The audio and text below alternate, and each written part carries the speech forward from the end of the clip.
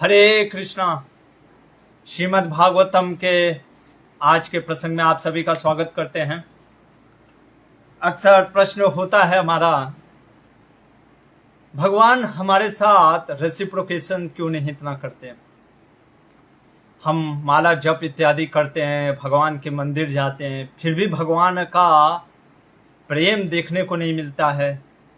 क्योंकि अक्सर हम देखते हैं कि हम किसी के साथ अगर कुछ समय बिताते तो उसके प्रति कुछ रेसिप्रोकेशन आता है। हम तो भगवान के साथ इतना रहते हैं, फिर भी भक्ति में हमें वो रस क्यों नहीं दिख रहा है।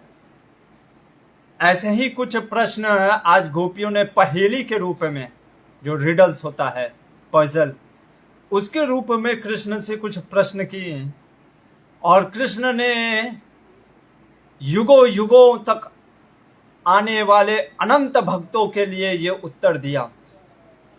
क्या वो उत्तर दिया, उस प्रसंग को आज हम देखेंगे।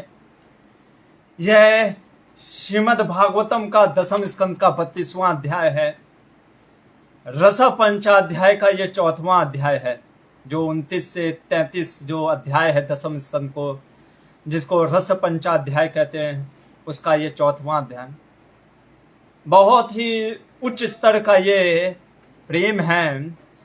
इसलिए हम अपने आचार्यों की टीकाओं को लेकर के आपके सामने प्रस्तुत है। और आज एक विशेष ग्रंथ है हमारे पास। अगर आपके पास भी ये ग्रंथ उपलब्ध हो तो ये आप ले सकते हैं। इसका नाम है उज्ज्वल नीलमणि। ये उज्ज्वल नीलमणि जो है भक्ति रसामृत सिंधु के भी उच्च स्तर के ऊपर है। इसमें श्रील रूप गोस्वामी ने जो भक्ति रसामृत सिंधु जहाँ पे उन्होंने रोका, उसके ऊपर ये भाव को प्रस्तुत किया है। तो इसमें से कुछ डेफिनेशन है, क्योंकि उज्ज्वल नीलमणि से रूप गोस्वामी ने उद्धृत किया है, तो हम देखेंगे। और जो हमारे जीव गोस्वामी ने संदर्भा लिखा है, 60 संदर्भ करके ग्रंथ है, उसमें एक सबसे अंतिम ग्रंथ जो आता है उनका प्रीति संदर्भ, तत्व संदर्भ है, भागवत संदर्भ है, परमात्मा संदर्भ है, कृष्ण संदर्भ है, भक्ति संदर्भ है और प्रीति संदर्भ। तो ये 6 संदर्भों में जो प्रीति संदर्भ से कुछ विशेषकर रूप जीव गोस्वामी ने भी यहाँ पे उल्लेख करते हैं एक श्लोक में। तो उन सभी ग्रंथों को लेकर के और हमारे आचार्य सनातन गोस्वामी की टीकाओं, श्रील विश्वनाथ चक्रवर्ती ठाकुर की टीका और हमारे प्रथम टीकाकार भागवत के श्रील श्रीधर स्वामी की टीकाओं का उल्लेख करेंगे। और हमारे प्रिय श्रील प्रभुपाद जी के जो कृष्ण पुस्तक में उन्होंने ग्रंथ में उल्लेख किया है, उसका भी वर्णन करेंगे। तो आइए ऐसे अद्भुत श्रीमद् भागवतम के प्रसंग को प्रारंभ करते हैं। विशेषकर भगवान की उन अनन्य व्रज गोपियों का स्मरण करके, उन समस्त वैष्णव भक्तों को प्रणाम करके, पूर्ववर्ती आचार्यों को प्रणाम करके और श्रील प्रभुपाद का आशीर्वाद लेकर के आज के भागवत के प्रसंग को प्रारंभ करते हैं। ओम नमो भगवते वासुदेवाय। ओम नमो भगवते वासुदेवाय। ओम नमो भगवते वासुदेवाय। ओम अज्ञानतिमिरान्धस्य ज्ञानाञ्जनशलाकया चक्षुरुन्मीलितं येन तस्मै श्रीगुरुवे नमः। नमो ओम विष्णुपादाय कृष्णप्रेष्ठाय भूतले श्रीमते भक्तिवेदांत स्वामिनिति नामिने। नमस्ते सरस्वते देवे गौरवाणी प्रचारिणे निर्विशेषा शून्यवादी पाश्चात्य देशतारिणे। श्री कृष्ण चैतन्य प्रभु नित्यानंद श्री अद्वैत गदाधर श्रीवासादि गौर भक्त वृंद। हरे कृष्णा कृष्ण कृष्ण हरे हरे, हरे राम राम राम हरे हरे, हरे कृष्णा। तो दसम स्कंद का पिछले हमने गोपी गीत की चर्चा की थी कि हर एक गोपी किस प्रकार से विरह में भगवान के लिए गीत गा रही है और अपनी दशा बतला रही है कि भगवान एक बार कृष्ण को करिए, एक बार तो आकर के देख के जाइए हमारी जो दुर्दशा हुई है। तो श्रीमद् भागवतम में श्रील सुखदेव गोस्वामी उद्धृत कर रहे हैं आज के पुनः जो मिलाप हो रहा है कृष्ण और गोपियों का। कहते हैं सुखदेव गोस्वामी सर्वप्रथम कि यहाँ पे सुखदेव गोस्वामी क्या कह रहे हैं,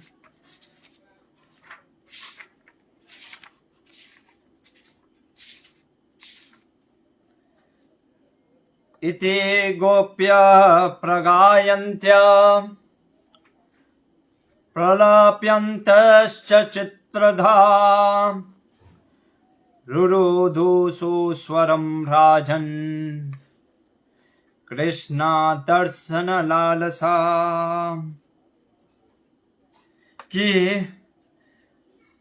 ये पहला 1 से 10 श्लोक में हम देखेंगे अगर इसको कि कृष्णा का जो रिस्पॉन्स है गोपियों का जो गीत के ऊपर, उस चीज को हम देखेंगे। सुखदेव गोस्वामी बोल रहे हैं कि जब गोपियों ने भगवान का गीत गाया, गोपी गीत, तो भगवान कृष्ण जो हैं,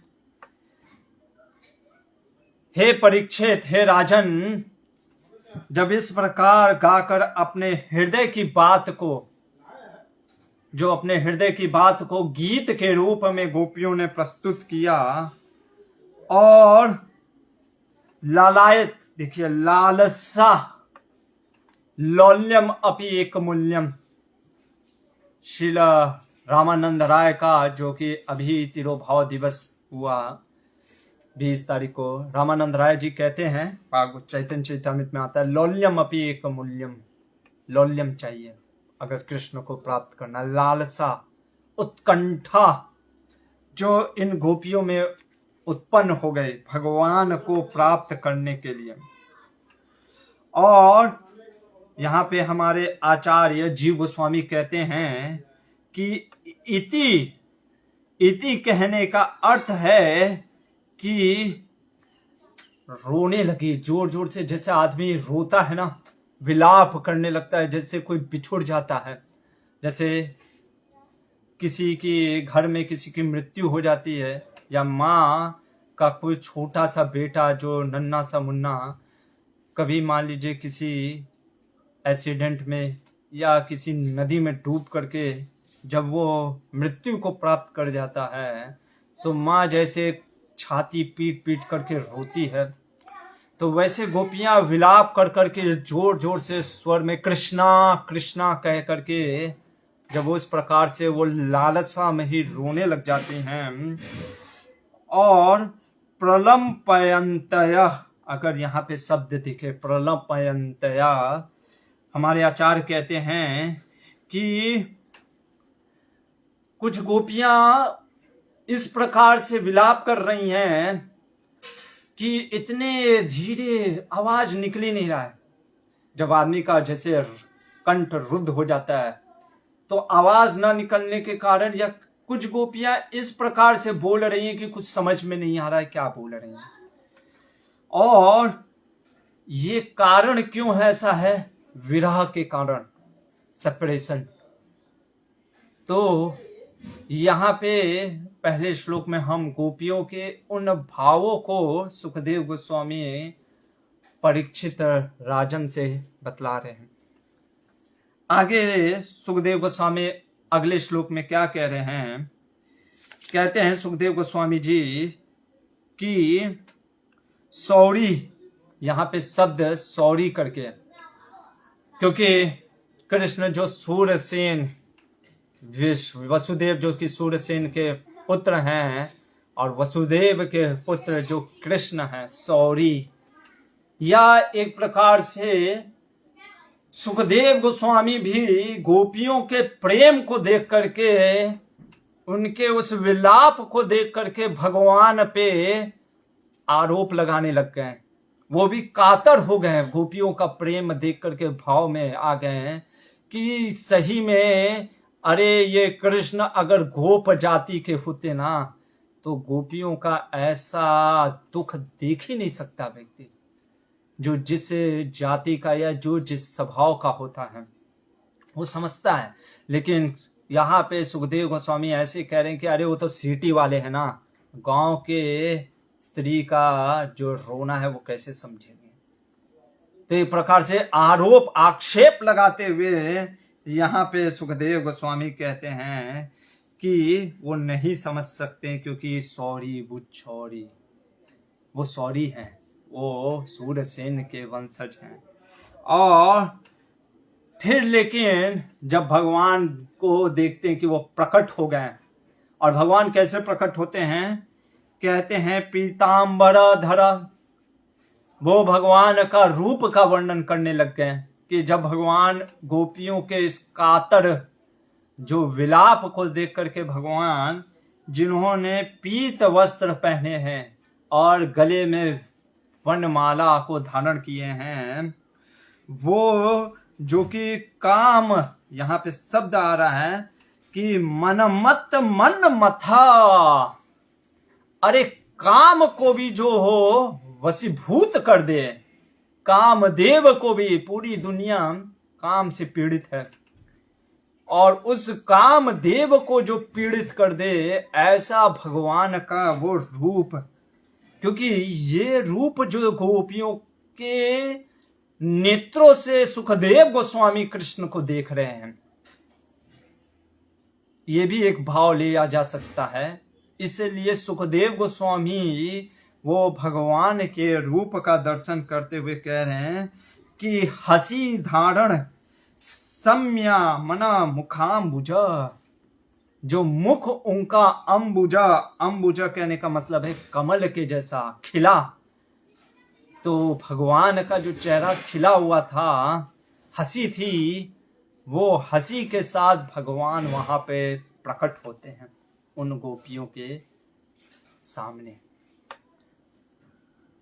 आगे क्या कहते हैं सुखदेव गोस्वामी, कह रहे हैं सुखदेव गोस्वामी आगे के श्लोक में, तम विलोक्या गतम प्रेष्ठम प्रीति उत्फुल्ल दिशो बला। अबला, अबला कह रहे हैं गोपियों को, क्यों देखते हैं क्यों, कारण क्या है। ओसो योग सर्वा तन्वा प्राणानम इवागतम, कह रहे हैं कि जब गोपियों ने भगवान का दर्शन किया, अपने प्रियतम भगवान श्री कृष्ण का उनके पास जब वो लौट आए, तो वो जो गोपियों में कुछ अबला कहने का अर्थ है वो युवतियां जो कि चल नहीं पाई, जो कि जंगलों में जाकर के ढूंढना को नहीं सकी, कष्ट, वो जो अबला जो स्त्री जो गोपी थी, जो गोपियां थी, प्रेम के कारण जो उनका शरीर पूरा क्षीण हो गया था, वे गोपियां जैसे ही कृष्ण को देखती हैं तो उठ खड़ी हो गईं, और उठ खड़ी होने के साथ उनकी आंखें खिल उठी, और मानो सुखदेव गोस्वामी कह रहे हैं कि जैसे शरीर में प्राण वापस आ जाए, वैसे उन गोपियों का कृष्ण को दर्शन कर लेने से उनके जैसे शरीर में प्राण आ गए। ये गोपियों का भाव है।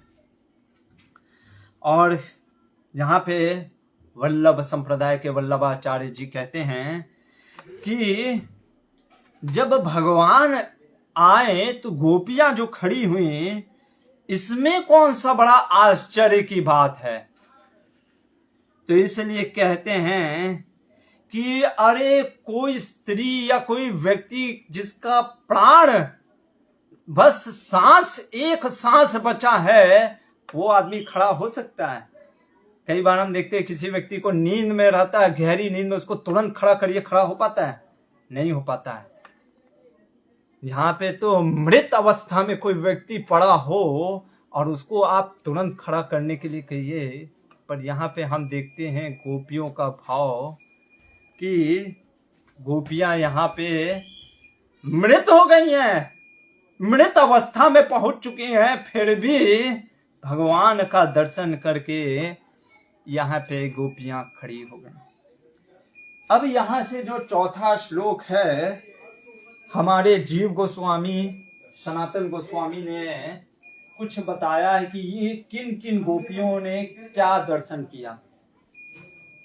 उज्ज्वल नीलमणि और भक्ति रसामृत सिंधु के अनुसार जो गोपियां हैं, कई पुराणों से भी हमारे आचार्यों ने बतलाया है कि कई करोड़, लगभग 30 करोड़ जो गोपियां हैं, 30 करोड़ गोपियों में 16,000 प्रमुख हैं। 16,000 में से 108 प्रमुख हैं, 108 में से 8 प्रमुख हैं, 8 में से 2 प्रमुख है, 2 में से 1 प्रमुख है। कौन है ये सारी गोपियां? खैर 16,000 का नाम तो नहीं लिखा जा सकता, 30 करोड़ का तो बात ही अलग है। तो 108 का भी शायद मुश्किल होगा। 8 जो प्रमुख गोपियां हैं, उन 8 प्रमुख गोपियां, हम जब जैसे मायापुर आप कभी जाएंगे, राधा माधव का दर्शन करेंगे, तो यहाँ पे माधव हैं, यहाँ पे राधा रानी है, ठीक है। तो पहले मैं वहां पे अगर आप देखेंगे तो यहाँ पे फिर 4 गोपियां हैं और राधा रानी के तरफ 4 गोपियां हैं। सबसे यहाँ पे तुंग विद्या होती है, फिर चित्रा सखी, फिर चंपकलता, फिर ललिता सखी, फिर विशाखा सखी, इंदुलेखा, फिर आपका रंग देवी और फिर सुदेवी। लेकिन ये राधा रानी के पक्ष की गोपियां हैं। ये 8 प्रमुख गोपियों में जो हम नाम ले रहे हैं, इनमें से कुछ ही के नाम आएंगे, बाकी ये 8 राधा रानी के पक्ष की गोपियां हैं। कहने का अर्थ है, हमारे आचार्य कहते हैं, एक स्वपक्ष गोपियां होती हैं, एक विपक्ष की गोपियां होती हैं, एक तटस्थ गोपियां होती हैं। इनकी स्वपक्षता, विपक्षता, तटस्थता, मतलब कि कहने का मतलब है ये विपक्ष में, अपोजिट में, अपोजिशन में है, ये न्यूट्रल है, और ये आपके पार्टी की है, अपना पार्टी स्वयं की पार्टी है। तो ये स्वपक्ष, विपक्ष और तटस्थ, ये भगवान को रख करके केंद्र में नहीं किया गया, ये राधा रानी के। तो राधा रानी के जैसा पक्ष में आती हैं ललिता, विशाखा, ये सारी 8 गोपियां। विपक्ष में आती हैं चंद्रावली, आपकी पद्मा, आपकी सैव्य, और तटस्थ में आती हैं आपकी भद्रा, और भी है। अच्छा, इसी तटस्थ में एक और भी होता है, जिसमें एक तो पूर्णतः तटस्थ, एक होता है स्वपक्ष, थोड़ा बहुत जो मतलब कि राधा रानी को कृष्ण से अगर मिले तो उनको खुशी होती है, वो उसमें आती है श्यामला। अब राधा रानी, जैसे इसमें अगर स्वपक्ष का बात करें, राधा रानी भी, राधा रानी का कई बार नाम अनुराधा भी है, ललिता सखी को भी अनुराधा कहते हैं, विशाखा सखी का भी कई पद्म पुराण, स्कंद पुराण में अलग अलग नामों से उद्धृत किया गया है। तो ये मैं क्यों बतलाया, ये थोड़ा सा भूमिका आपको दिया, क्योंकि ये जो 4 से 8 श्लोक हैं, ये गोपियों के द्वारा, इन 8 प्रमुख गोपियों के द्वारा कहा गया। और सबसे पहला, चौथा जो श्लोक का पहला पाठ है, वो कहा इन द सेंस जो किया, वो चंद्रावली का है, जो कि प्रमुख हैं, दो में से 8 जो प्रमुख हैं वो है चंद्रावली, सबसे पहले राधा रानी, चंद्रावली, सैव्य, श्यामला, पद्मा, ललिता, विशाखा और भद्रा। इनमें से 2 जो प्रमुख हैं वो है राधा और चंद्रावली। इनमें से भी एक प्रमुख है वो है राधा रानी। क्यों राधा रानी इतनी प्रमुख हैं इसको हम देखेंगे आगे के एक एक श्लोकों में। हमारे आचार्यों ने इनकी टीकाओं के उपलक्ष्य में, भागवत के टीकाओं में इनका विस्तृत वर्णन करते हुए कह रहे हैं। चौथा श्लोक लेते हैं जो कि चंद्रावली के बारे में बोलते हैं। सुखदेव गोस्वामी कहते हैं, एक भी गोपियों का नाम नहीं लेते हैं क्योंकि गोपियों ने प्रार्थना की सुखदेव गोस्वामी से कि हमारे नाम को उल्लेख मत करिएगा। तो सुखदेव गोस्वामी कह रहे हैं कि काचित उनमें से एक, गोपियों की समूह में से एक हर्षित होकर भगवान श्री कृष्ण के हाथ को अपनी हथेलियों में बीच में ले लिया।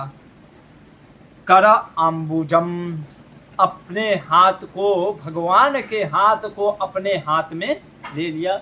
वो कौन है? चंद्रावली।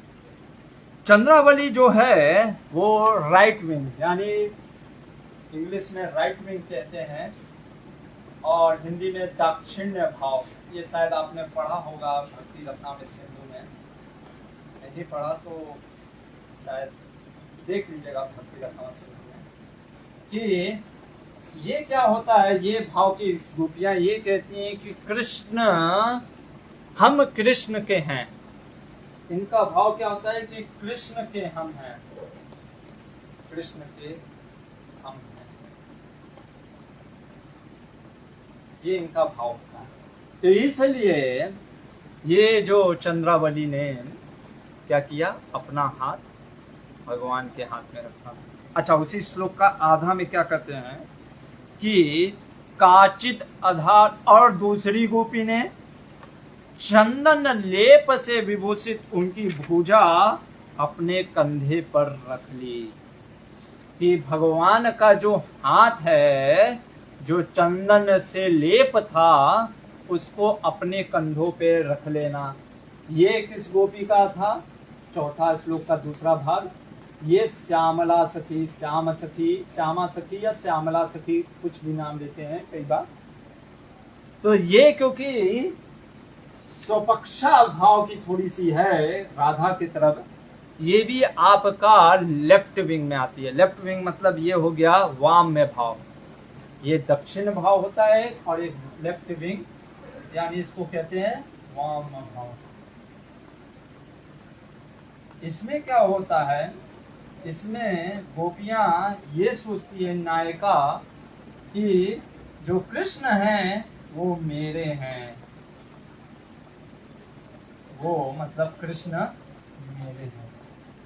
इसमें क्या होता है, कृष्ण हमारे हैं और इसमें कृष्ण मेरे हैं। तो ये भाव ये श्यामला सखी का था। पांचवा श्लोक, पांचवा श्लोक में सुखदेव गोस्वामी वर्णित कर रहे हैं कि काचित, अच्छा, एक और गोपी आदर पूर्वक अपने हथेलियों में उनके चबाए पान का झूठन ले लिया।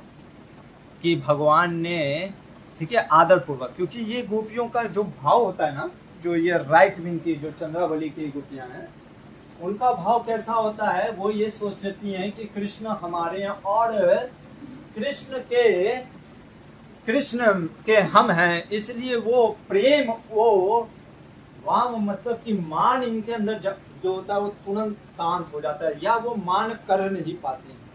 तो छठा श्लोक का पांचवें श्लोक का जो पहला भाग है, ये सैव्य करके गोपी ने कहा, मतलब किया ऐसा सुखदेव गोस्वामी वर्णन करते हैं। और इसी का दूसरा पार्ट में अगर आप देखेंगे तो कह रहे हैं कि दूसरी गोपी ने भगवान के चरण कमल को अपने वक्ष स्थल पर रखा, और ये है पद्मा गोपी। और ये जो दोनों गोपियां हैं ये विपक्ष यानी चंद्रावली के पार्टी की हैं। तो एक प्रकार से भगवान को अपना बनाने के लिए, विशेषकर चंद्रावली को बनाने के लिए इन गोपियों ने इस प्रकार से किया। अब जो छठा श्लोक है ये देखिए, ये आधा आधा, चौथे श्लोक का आधा अंग चंद्रावली, फिर श्यामला, फिर पांचवा आधा आधा, लेकिन छठा और सातवां और आठवां जो एक एक श्लोक एक एक प्रमुख गोपियों के हैं। और छठा श्लोक सुखदेव गोस्वामी हमारे आचार्य वर्णित करते हैं, ये स्वयं श्रीमती राधा रानी के लिए हैं। क्या उल्लेख कर रहे हैं हमारे, क्योंकि हम लोग भी राधा रानी के गौड़ीय वैष्णव हैं तो हम उस श्लोक को ही पढ़ लेते हैं। आप ये मत कहिएगा कि प्रभु जी आप भी पार्शियलिटी कर रहे हैं, तो पार्शियलिटी तो हर जगह है, तो हम भी राधा रानी के पक्ष के हैं। इसलिए 6 श्लोक में कहते हैं सुखदेव गोस्वामी, एका भ्रूकुटिम आबाध्य प्रेमा समरंभ विवला ध्यान्ति वेक्षत कटाक्षेपे संदष्ट दशनाच्छादम। राधा रानी का जो भाव होता है ना, वो होता है कि कृष्ण मेरे हैं। अब इस भाव को लेकर के हम ये सोच सकते हैं ये तो अहंकार की भावना है क्या? नहीं, ये हमारे आचार्य उल्लेख करते हैं कि ये जो प्रेम है भगवान का, ये राधा रानी का जो प्रेम है इतना उच्च स्तर का, इसी भाव के कारण भगवान की सबसे प्रिया हैं श्रीमती राधा रानी। इसीलिए पद्म पुराण में पुष्टि करते हैं, पद्म पुराण में एक श्लोक आता है, कहते हैं देवी कृष्ण, नहीं ये तो बृहद गौतमीय तंत्र में है, बृहद गौतमीय तंत्र में आता है। वो श्लोक क्या है? देवी कृष्णा मयि प्रोक्ता राधिका परा देवता सर्वलक्ष्मी मयि सर्वकांति सम्मोहिनी परा। कि सभी गोपियों में, सभी लक्ष्मियों में यहाँ पे सर्वश्रेष्ठ अगर कोई गोपी है तो वह है श्रीमती राधा रानी। और पद्म पुराण में उसी को उल्लेख करते हैं, कहते हैं यथा राधा प्रिया विष्णु तया कुंडम प्रियम तथा सर्वगोपीषु सेवका विष्णुर अत्यंत वल्लभा। कि जैसे भगवान को सबसे ज्यादा प्रिय श्रीमती राधा रानी, राधा ठाकुरानी है, वैसे उनका कुंड, राधा कुंड भी बहुत प्रिय है भगवान को। तो यहाँ पे सुखदेव गोस्वामी करे एक वो गोपी कौन है? स्वयं श्रीमती राधा रानी। और क्या उल्लेख कर रहे हैं कि देखिए भगवान की प्रेम में राधा रानी का भाव क्या है? क्रोध से विहल उठ करके भगवान को देख करके, जैसे आदमी क्रोध में होता है ना तो कैसे होठ काटने लगता है गुस्से में जब होता है, तो ऐसे राधिका भगवान को देख करके होठ काटने लग जाती हैं। और क्रोध में जैसे व्यक्ति भौएं अपने जो आईब्रो से ऐसे गुस्से में जैसे देखता है वैसे देखने लगती हैं। और साइड लॉन्ग ग्लांस मतलब तिरछी चितवन से भगवान को देखती हैं। ये है राधिका का भाव।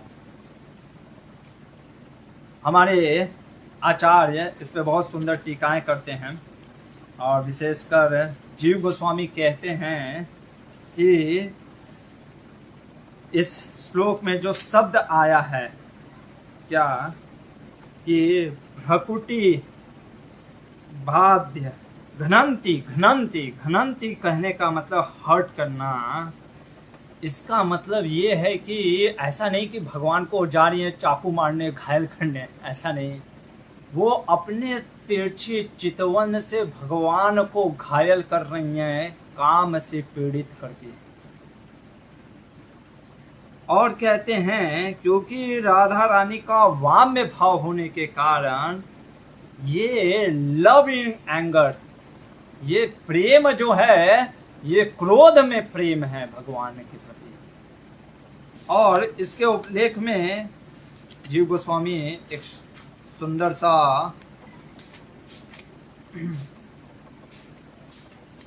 हाँ विष्णु पुराण से एक उल्लेख करते हैं कि एक गोपी, विष्णु पुराण में यह श्लोक आता है कि एक गोपी अपनी दूसरी गोपी से कह रही है, जो वाम्य भाव में है, वो तिरछी चितवन से हरि को देख करके और जैसे मधु भगवान के मुख कमल को पंकज अम्बुज, जैसे मक्खी मधुमक्खी जाती है और कमल का जो रस होता है, जो सार होता है, वो उस रस को चूसती है, वैसे ही भगवान को ये जो गोपी है अपने इन तिरछी नेत्रों से, जो कि उसके भौरे के जैसे नेत्र हैं, वो भगवान के मुख कमल को वो क्या कर रही है, पी रही है। ये विष्णु पुराण से उल्लेख करते हैं हमारे जीव गोस्वामी। तो ये है छठा श्लोक। ऐसे बहुत सारे उल्लेख हैं हमारे आचार्यों के। तो ये छठा श्लोक राधा रानी के लिए है। सातवां श्लोक ये ललिता सखी, ललिता के लिए है, ललिता गोपी के लिए। इसमें क्या कह रहे हैं सुखदेव गोस्वामी? कहते हैं कि एक गोपी, उसको भय लगता है कि कहीं भगवान अब फिर से ना भाग जाएं, तो वो पलक ना झपकते हुए भगवान को नेत्रों से जैसे पी रही है। और पीने के बाद भी जब तुष्ट संतुष्ट नहीं हुई तो क्या करती है, जैसे योगी भगवान के चरणों का ध्यान करते हैं, शांताकारं भुजगशयनं पद्मनाभं सुरेशं विश्वाधारं गगनसदृशं मेघवर्णं शुभांगं लक्ष्मीकान्तं कमलनयनं योगिभिर्ध्यानगम्यं वन्दे विष्णु भवभयहरणं सर्वलोकैकनाथं। तो योगी जैसे ध्यान करते हैं उस लक्ष्मीकांत भगवान नारायण के चरणों का, वैसे ये गोपी जो ललिता गोपी है वो भगवान को देखने के बाद नेत्र बंद कर दी कि जिससे कि भगवान उसके हृदय में जो घुस गए, उसका जो चित्त उनके हृदय में घुस गया वो वापस ना निकले। वास्तव में हमारे आचार्य कहते हैं कि ऐसे ही हमें भगवान का दर्शन करना चाहिए विग्रहों का, कि जब हम राधा रमण जी का दर्शन करें। राधा रमण जी का आज कौन सा ड्रेस है? हरि बोल प्रभु, राधा रमण जी का ड्रेस कौन सा है? जगदीश प्रभु, आज राधा रमण जी का कौन सा ड्रेस है? देखिए, तो ऐसा हमारा है कि हम बस 5 दर्शन भी लिया था, आज नहीं लिया, हमें याद ही नहीं रहता है। हम सोचते हैं अरे हाँ लिए होंगे, पहने होंगे, जो पहनना हो, हमें तो कुछ ध्यान भी नहीं रहता। और यहाँ पे हम देखते हैं कि साक्षात भगवान प्रकट होने के बाद भी गोपियाँ उनका ऐसे चित्त में उनका मनन चला गया, स्मरण हो गया कि उनको वो सोच रहे कि कहीं ये भगवान निकलना ना जाए, इसलिए अपनी नेत्र बंद कर दी। 8वां श्लोक जो है वो विशाखा गोपी के लिए सुखदेव गोस्वामी कह रहे हैं। क्या कहते हैं कि एक अन्य गोपी भगवान को आंखों के छिद्र से लाकर उन्हें हृदय में रख लिया, तब उसे अपनी आंखें बंद कर ली और अंदर ही अंदर भगवान को आलिंगन करने लग गई। और जैसे योगी को जब भगवान का दर्शन हो जाता है, वो जिस प्रकार से आनंद में झूम उठता है, वैसे ये गोपी झूम उठी, यहाँ पे उल्लेख करते हैं। और यहाँ पे जो 8वीं गोपी का उल्लेख तो नहीं है, पर विष्णु पुराण में उल्लेख आता है। भद्रा के लिए बोलते हैं उस जगह पे कि वो गोपी ने जैसे ही कृष्ण नाम सुना, कृष्ण आ गए, कृष्ण आ गए, कृष्णा कृष्णा, वैसे ही वो गोपी भगवान के कृष्ण शब्द को सुनने के बाद वो क्या की, वो बस भगवान का ही चिंतन, वहीं पे खड़े खड़े चिंतन करने लगी। तो ये गोपियों का जब भगवान वहां पे प्रकट होते हैं तो वो आदान प्रदान है। आगे बढ़ते हैं। अगले श्लोक में फिर सभी गोपियों ने केशव, केशव कहने का अर्थ है जिनके केस, भगवान के जो केस हैं, वह केस जो भगवान के केस हैं को जब देखा तो उनके अंदर जो उल्लास का, अब यहाँ पे सभी के लिए बोल रहे हैं इसलिए सर्वास्तता, ये 8 प्रमुख गोपियों के बाद सभी गोपियों के लिए कह रहे हैं कि सभी गोपियों के अंदर उल्लास आ गया। और जो उनका विरह से, भगवान के विरह से जो दुख था, वो दुख को उन्होंने त्याग दिया।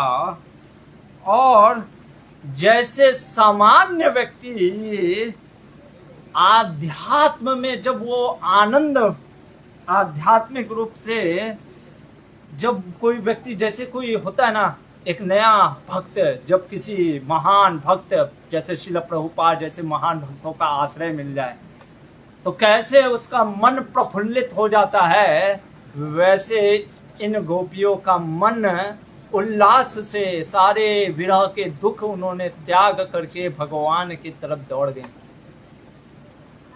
आगे कहते हैं सुखदेव गोस्वामी कि जब समस्त जो गोपियों से घिरे भगवान, देखिए यहाँ पे शब्द आ रहा है भगवान अच्युतो भृता, कि क्यों ऐसा भगवान शब्द उपयोग कर रहे हैं। और अच्युता जो कि कभी च्युत नहीं होते हैं, तो उसका उल्लेख कैसे कर रहे हैं, पुरुषा, जैसे पुरुष, जैसे परमात्मा जो है, परमात्मा कौन, क्षीरोदक्षाय विष्णु जो कि पुरुषावतार हैं, जैसे क्षीरोदक्षाय विष्णु अपनी संपूर्ण शक्तियों से घिरे रहते हैं, वैसे भगवान की ये जो, देखिए इसीलिए सुखदेव गोस्वामी वर्णित कर रहे हैं, कहने का अर्थ है कृष्ण को आप साधारण व्यक्ति मत समझिए, कौन है, भगवान है, अच्युत है,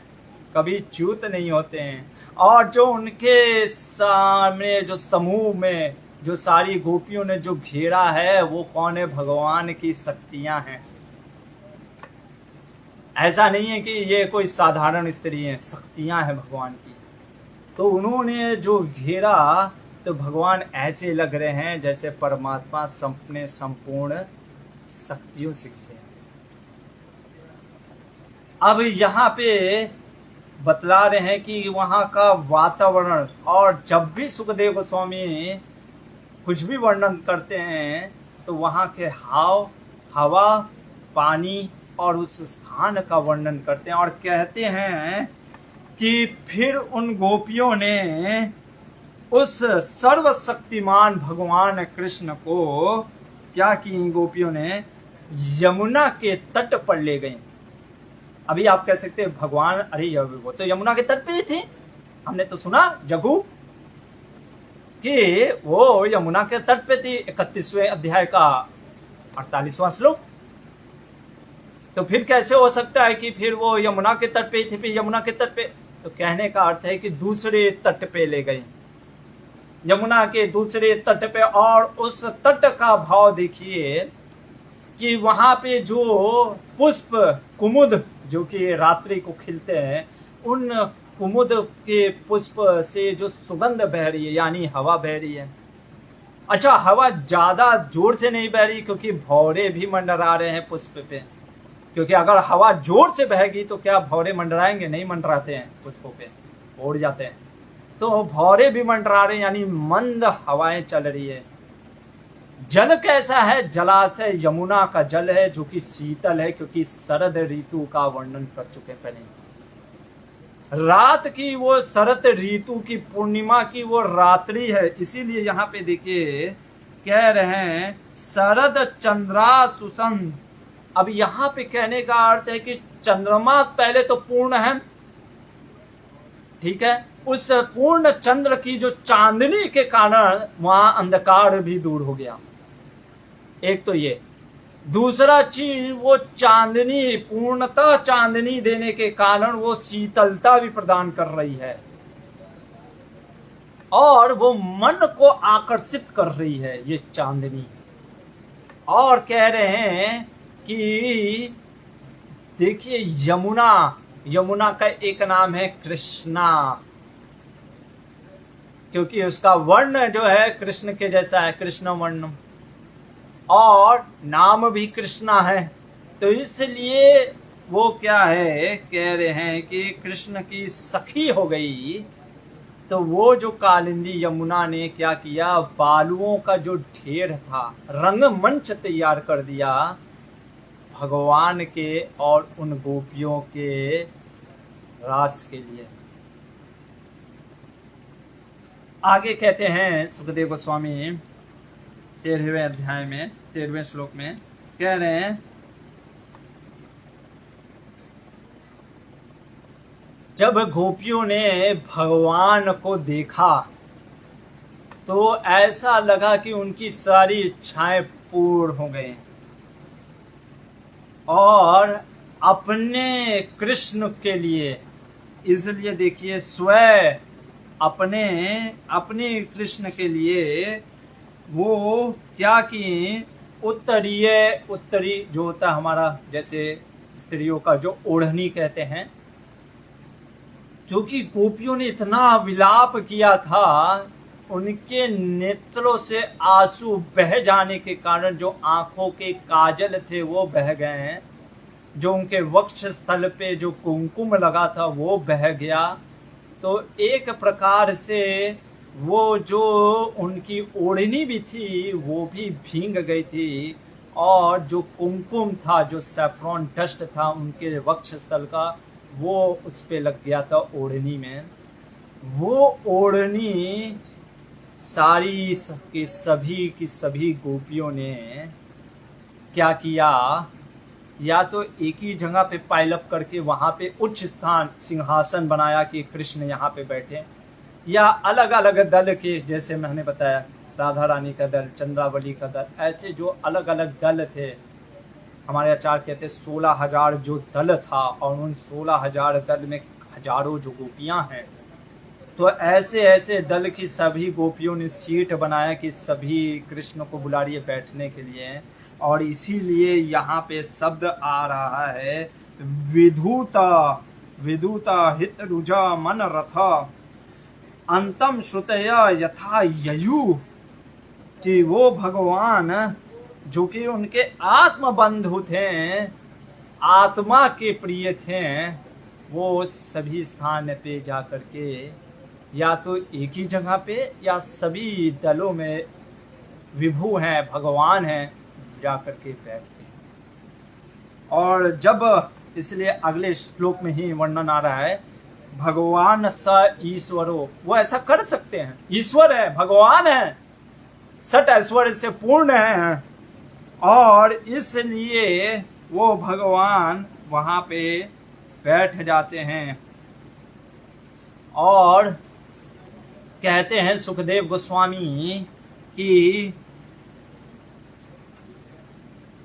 जो बड़े बड़े योगी जन जिस भगवान को अपने हृदय में आसन लगाकर बैठाते हैं, वैसे ये गोपियों ने भगवान को बैठाया, या इस लीला को ही जो शिव जैसे महान योगी सनक आदि ऋषि जो सनकादिक चतुष्कुमार है, ये जो योगी जन हैं, ये वास्तव में यही चीज का स्मरण करते हैं अपने हृदय में कि भगवान को सीट दिया गया है गोपियों के ओढ़नी जो कि कुमकुम लगी हुई है उस पे, और भगवान उस पे बैठ रहे हैं। इसी चीज को योगी जन अपने हृदय में धारण करते हैं, इस चीज को वो स्मरण कर रहे हैं।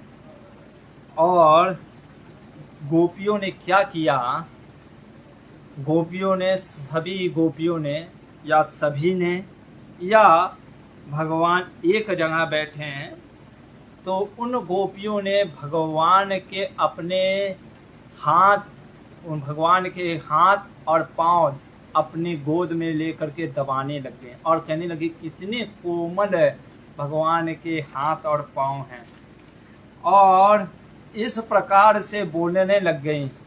अब यहाँ पे लेकिन हमारे आचार्य कहते हैं यहाँ पे गोपियों ने कपटता की है।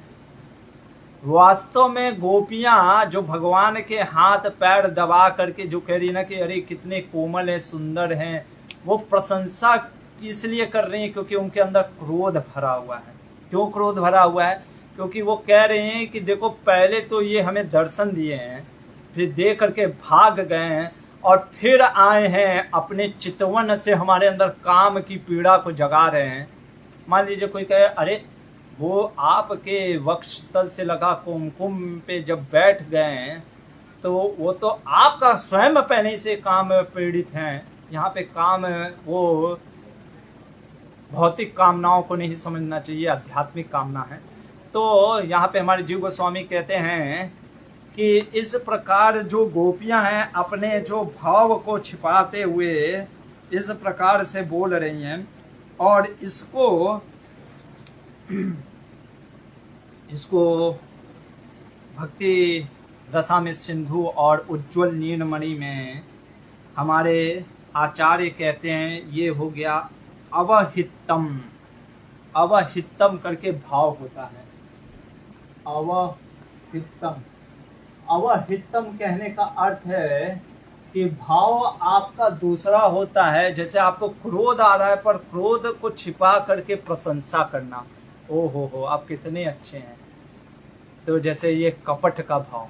तो उस प्रकार से ये गोपियां कपट के भाव को रखते हुए क्रोध में भगवान को देख करके बोल रही हैं। क्या बोल रही हैं? प्रश्न करती हैं, और ये पहेली के रूप में पूछती हैं। सोचती कि कृष्ण से ही पूछते हैं कि कृष्ण आखिर है कैसे, और कहती हैं कि 3 प्रकार के लोग होते हैं। गोपियां बोल रही हैं 16वें श्लोक में, कह रही है कि 3 प्रकार के लोग होते हैं कृष्णा। एक तो वो होते हैं कि आप उनसे लव करते हो तो वो भी आपसे लव करते हैं, प्रेम करते हैं। एक होते हैं जो आपसे लव नहीं करते हैं, डू नॉट लव, लेकिन फिर भी, या आपसे द्वेष करते हैं, जो भी हेट करते हैं, फिर भी आप उनसे प्रेम करते हो, ठीक है। और तीसरे वो होते हैं जो कि आप उनसे प्रेम करो या न्यूट्रल रहो, वो आपसे क्या करते हैं? प्रेम नहीं करते हैं।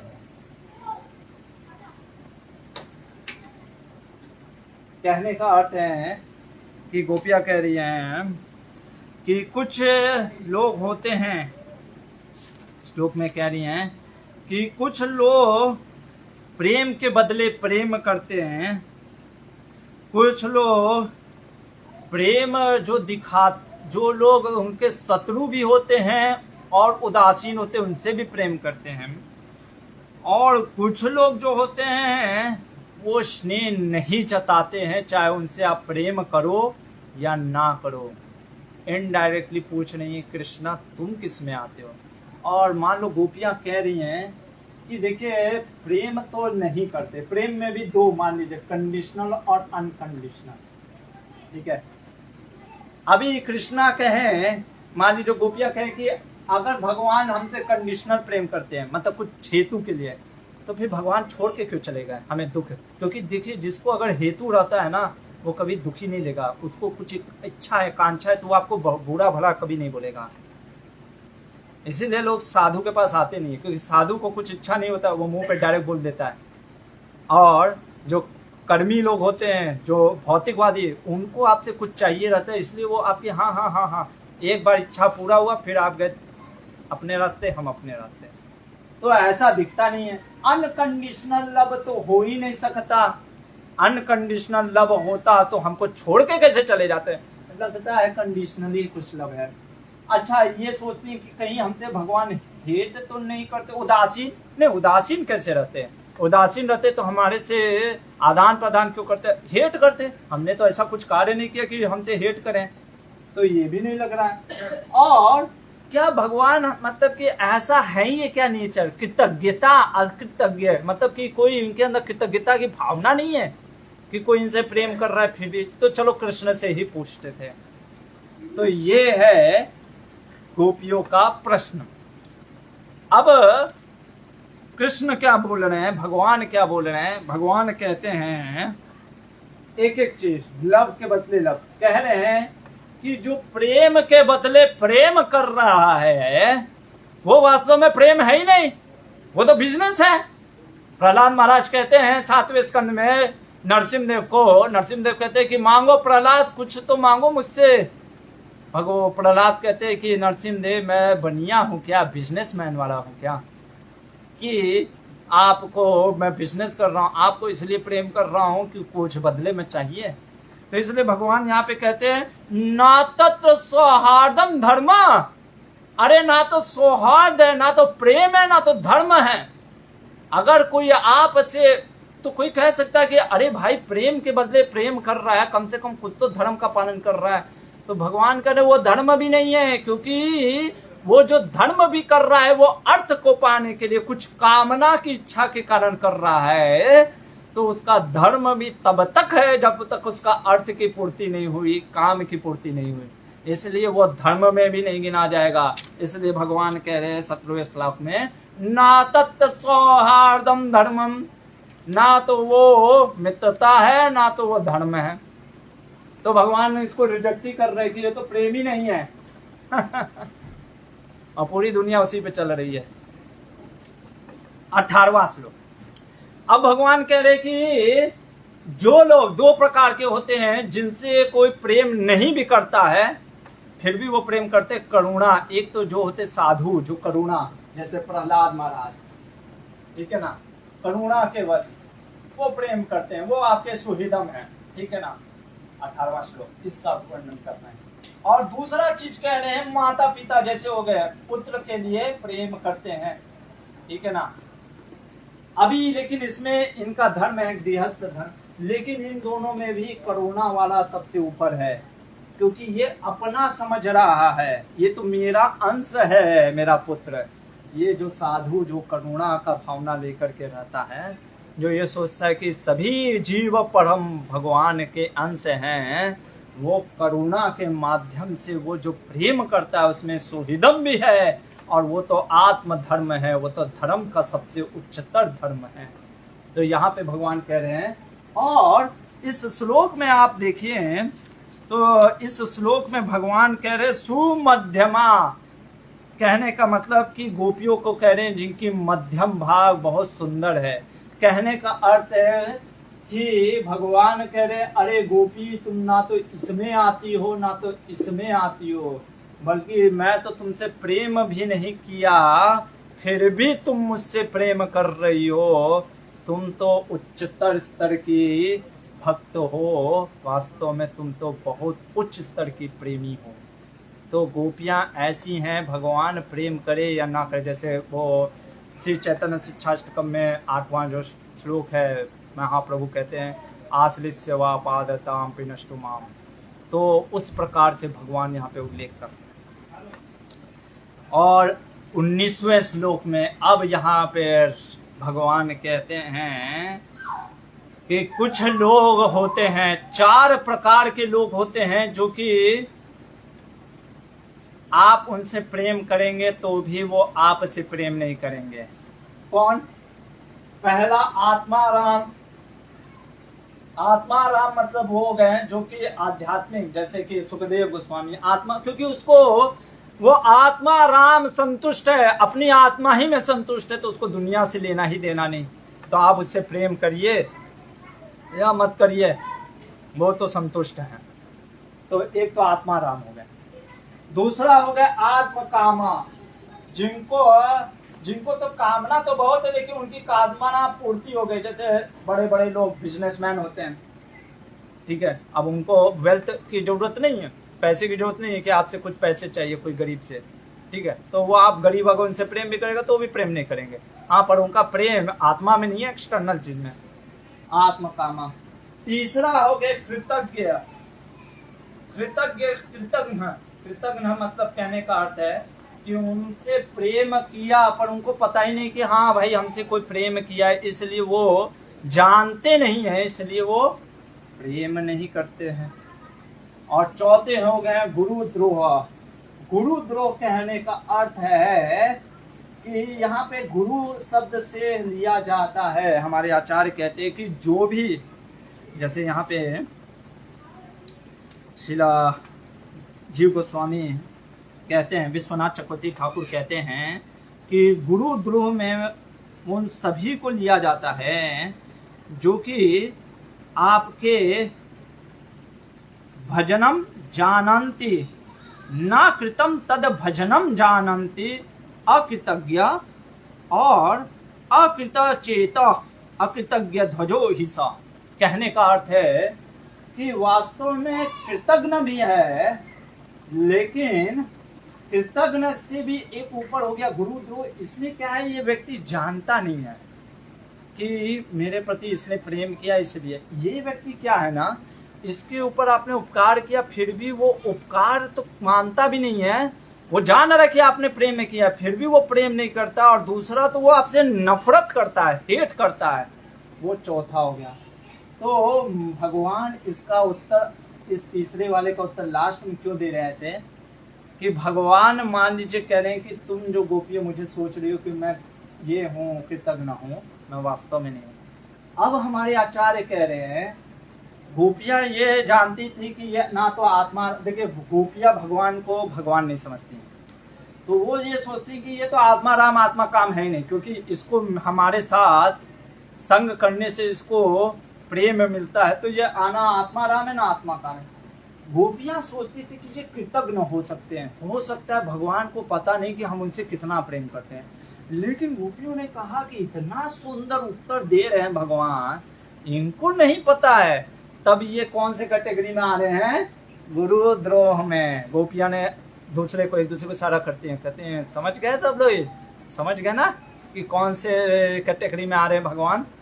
तो गोपियों के इस भाव को देख करके कृष्ण भी समझ गए, और कृष्ण ने यहाँ पे वो सुंदर श्लोक का उत्तर दिया है कि वो भगवान हमारे जप का फल जल्दी नहीं देते हैं। लोग कहते हैं ना, अरे 16 माला जपे जा रहे हैं, रगड़े जा रहे हैं, देखो माला कितनी काली पड़ गई, घिस गया, पर कृष्ण का हृदय नहीं घिस रहा है। तो यहाँ पे कृष्ण कहते हैं, ये है 20वां श्लोक, और कृष्ण क्या कह रहे हैं, नाहं तु सख्यो भजतोपि जंतुन भजामि अमिषा मनोवृत्ति वृत्तये यथा धानो लभद्धन्ये विनष्टे तच्चिंतायनं निभृतो न वेदा। भगवान कह रहे हैं कि अरे गोपियों, तुम जो सोच रही हो कि मैं इन चारों में मैं वास्तव में इन चारों में भी नहीं आता, मैं किसी चीज में नहीं आता, इन चीजों से भी ऊपर हूं। क्यों? इसका कारण क्या है? कहते हैं भगवान कि मैं भक्तों को दर्शन नहीं इसलिए देता हूं उनके प्रेम को बढ़ाने के लिए। अगर इसका आपको टीका मिले जरूर आप पढ़िए, हमारे विश्वनाथ चक्रवर्ती ठाकुर का टीका कर सारद दार्शनिक, क्योंकि समय खत्म हो गया है। भगवान बोलते हैं, तो मान लीजिए गोपियां कहें कि क्या हम उन असाधारण भक्तों में से आते हैं कि जो हमारा भी प्रेम बढ़ाने के लिए, हम तो हमेशा 24 घंटा तुम्हारे बारे में सोच रहे हैं।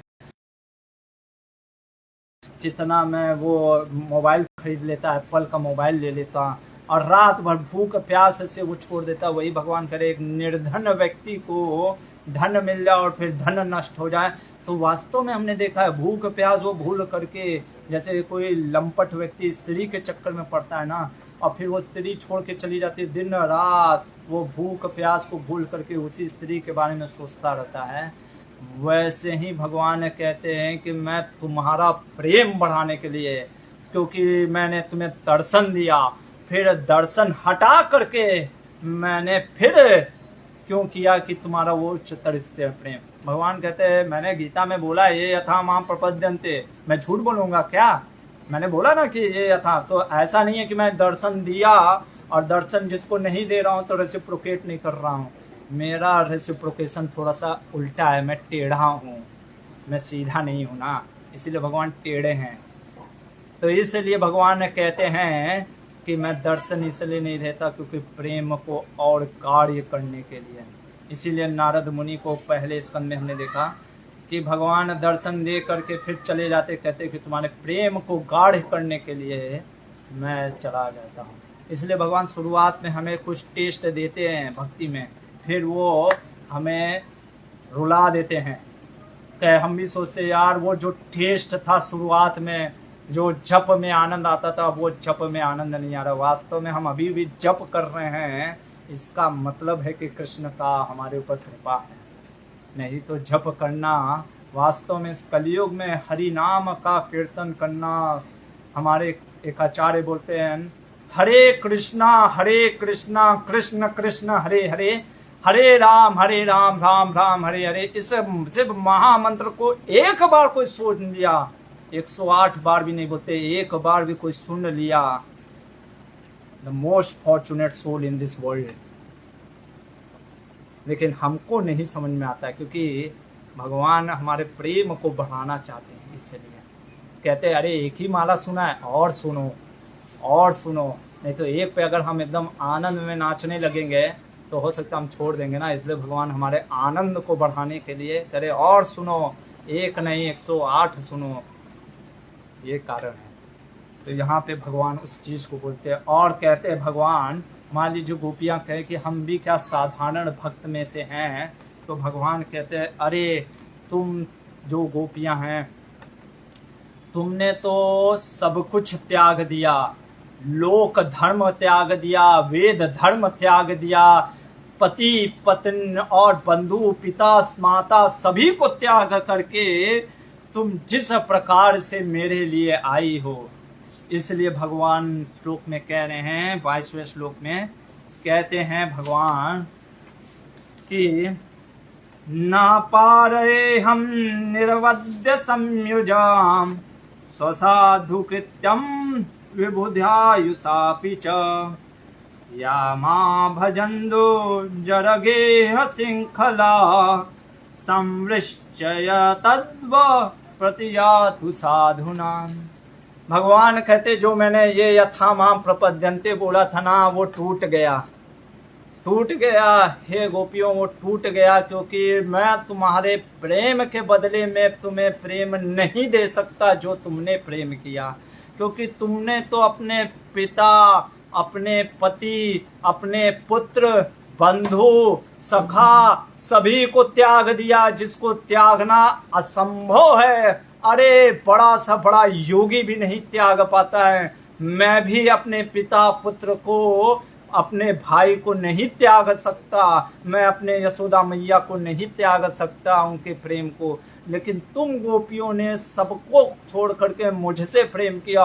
और भगवान गीता में कहते ये यथा माम प्रपद्यते ताम तथैव भजाम्य, जो मुझे जैसे भजेगा, मेरे से जितना प्रेम करेगा मैं उसको दूंगा। लेकिन यहाँ पे भगवान कहते हैं स्वयं मैं फेल हो गया, मेरा ये यहाँ पे टूट गया। वास्तव में तुम के प्रेम का ऋण मैं कभी नहीं चुका सकता। भले तुम अपने इस प्रियतम को क्षमा कर दो, उससे मैं शायद उऋण हो जाऊंगा, लेकिन मैं सही बोलता हूँ तुम्हारे प्रेम से कभी उऋण नहीं हो सकता।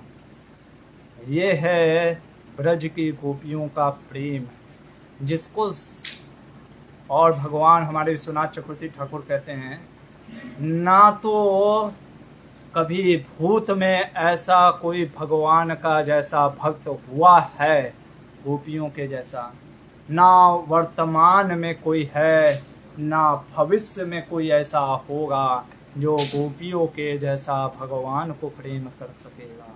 क्योंकि ना तो यहाँ पे तो शास्त्र के सारे नियम को भी तोड़ करके जो भगवान से प्रेम किया है गोपियों ने ना, वो असंभव है, वो एक जीव आत्मा के लिए असंभव है। इसलिए श्रुतिचारी गोपियाँ भी कहती हैं, श्रुतियाँ यहाँ पे कहती हैं भगवान से, मैंने बताना भूल गया, श्रुतियाँ भी कहती हैं कि जो गोपियाँ की हम उन गोपियों के चरण का अनुसरण करके आपके वास्तव में, जब गोपियाँ जो ये श्रुतियाँ जो होती हैं वेद, जब भगवान के मांगो क्या वरदान मांगते तो उन्होंने कहा कि हमें बस उन गोपियों के अनुसरण करने का मौका दे दीजिए।